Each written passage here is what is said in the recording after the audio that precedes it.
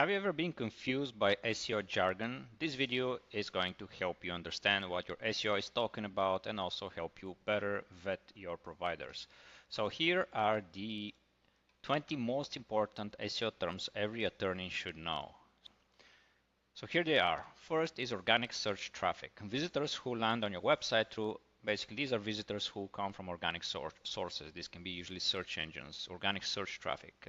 Mostly about 90% would be Google, then DuckDuckGo, Bing, and the other players on the market. So the next one is keyword research. This is the practice of basically researching keywords and the type of keywords that are most beneficial for your particular niche. There are specific tools that SEOs use to do that research, to find those opportunities, and usually they present them to you as a list. On-page SEO, this is the practice of optimizing your website. So anything that is on the actual domain, this would be your copy, your images, your technical foundation of the website, anything that is on the actual domain is considered on-site SEO.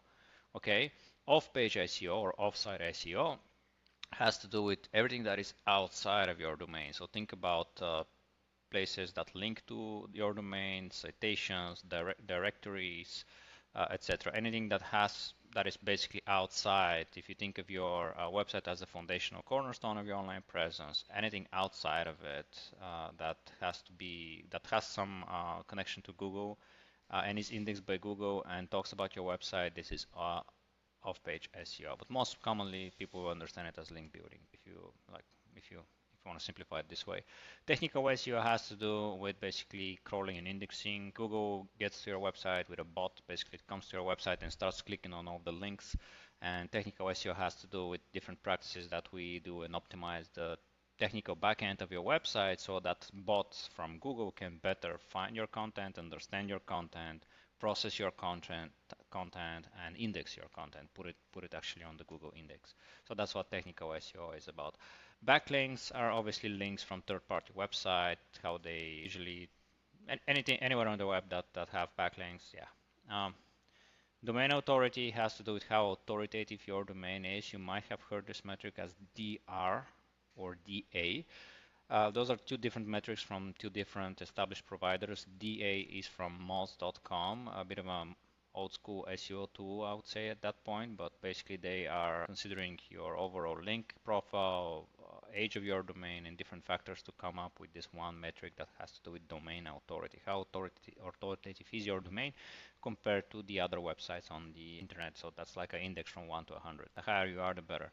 DR, you might have heard that this is a competing metric from Ahrefs, different provider, whereas the Ahrefs metric DR is domain rating is mostly focused on your backlink profile. It doesn't look that much toward your content and the age of your domain, all that stuff. So it's mostly how many backlinks you have and how authoritative those backlinks are. But yes, those are the two. When you think about domain authority, you might have heard DA or DR, and the difference is different providers and how they calculate the index. Local SEO, this is basically the map pack and basically appearing in local searches near me, etc. So I think this is pretty clear. Next one is Google My Business Profile. This is a profile that Google provides to businesses so they can manage and update their information, their work hours, their location, their addresses, etc. So this is a free profile that you create in Google My Business. Conversion rate optimizations, you might have heard of it as CRO, has to do with the practice of optimizing your website to convert more visitors into leads or to drive people toward a particular action on your website. So for example, driving more of your visitors towards filling out the contact forms and providing you with their lead information. This would be the typical case for conversion rate optimization, how to get more out of your existing traffic.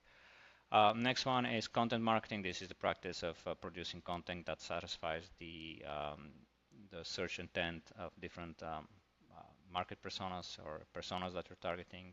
So this would be basically content that is very relevant and attractive to your audience. For your blog, it can be, it has elements on social media, videos, etc. So you might have heard of it as SERP or search engine results page. These are basically the results pages on Google. They recently removed them and then they brought them back. For a time they were kind of using infinite scroll, but now they returned that, so you can again see Google different pages at the time of recording. You can still see pages in Google, like first, second, third page, etc. So the next one is bounce rate. Bounce rate has to do with the traffic that lands on your website, doesn't click anywhere, doesn't go anywhere, and just basically they go out of your website. So this is a metric that kind of shows us that people are not finding what they're looking for, so they bounce. Basically, they take a quick peek at whatever they landed, maybe on your homepage, and then they leave immediately. This is considered bounce rate. Okay, they just see one page. Long tail keywords. These are phrases that are longer than the shorter keywords, and longer keywords. Maybe like a typical long tail keywords might be best injury attorney at my neighborhood, particular neighborhood in a large city. So basically this would be a very long phrase, but it has a very significant intent. So this is an example of a long-term keyword. Next one is anchor text. So this is in the context of link building. Anchor text has to do with not just the destination of the link, where the link is going, but what words contain the actual link that the user clicks on. So that's what anchor link is about. Schema markup. This is a snippets of code that we put on particular web pages to help all search engines better understand what that content is about. So for example, we can put in organizational markup on your website, and we can tell Google, another search engine, who is the owner of that domain, what's the address of that company, etc., etc. What's the phone number. We can specifically tag that in the code, not just give it to Google as a text, but tag it with specific code elements, snippets, markup, so Google can better understand it and can be certain what it's reading in the HTML of the pages. Next one is page speed. Pretty self-explanatory. This has to do with how fast your particular pages or particular website is loading. For static websites like law firm websites, we're always targeting less than 2 seconds load time for every page of the website. So this would be considered a satisfactory speed for a law firm website. And there are tools where you can test your speed. So if it's more than 2 seconds, you have an issue. Mobile optimization has to do with making sure that your mobile-friendly design and your website is rendering correctly on all types of devices. So basically different screen sizes, the tablets, large screens, 4K screens, small screens, very small phones. We want to make mobile optimization has to do with making sure that your content is moving as the screen size is expanding or shrinking, to make sure that it fits correctly and it looks nicely, and there's no impact on usability and UX. SEO audit is a very popular term. For sure you have heard it, but basically it has different components. Usually an SEO audit would have a content audit, keyword research, technical audit.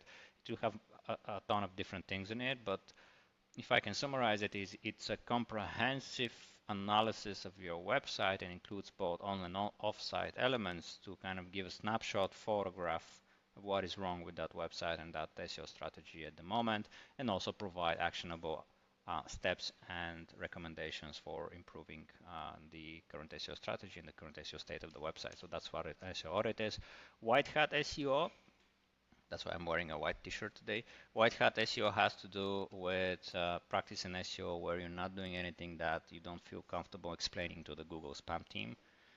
So basically doing things that Google recommends and not being too aggressive in what you're implementing and trying to cheat and manipulate the rankings. So black hat SEOs are the opposite.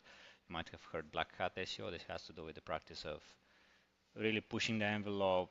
Right now it is mostly around AI content and AI backlinks and everything automated and all that, to kind of manipulate Google into pushing particular rankings further and manipulating how the Google ranks websites. So this is a bit of a dangerous practice. So that's what black hat is, but white hat is the opposite. White hat is staying safe and doing things that can produce the desired results. Might take a little bit longer, but also have less risk. So please like, follow, subscribe for more content like this, for your daily law firm marketing tips, and visit epicwebcrafts.com to get your free SEO audit from us. Thank you and have a great day.